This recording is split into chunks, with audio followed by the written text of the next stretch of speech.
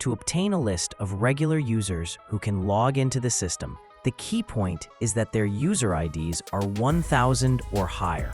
In Linux distributions, a file named login.defs exists in the etc directory, which defines two variables, uid min and uid max. These variables specify the minimum and maximum allowable values for a user ID, respectively, assigned to a new user upon creation. To ensure code compatibility across Linux distributions with different configurations, I define a variable named min_uid. Then, using the grep command, I locate the uid min variable and extract the second field, which is separated from the variable name by a space, and store it in the min_uid variable. Now, using a while loop, I iterate through each line of the passwd file.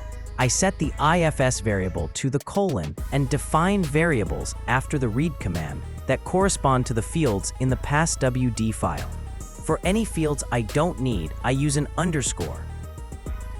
Now, for each line in the passwd file, I check whether the uid value is greater than or equal to uid min variable.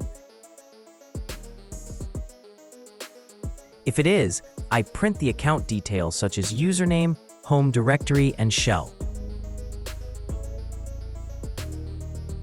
Use the change mode command to grant execute permission to the file and run it. You will see that there are two users with user IDs greater than or equal to 1000. Then, I will modify the script and add the uid variable to the echo command so that the user ID is also displayed.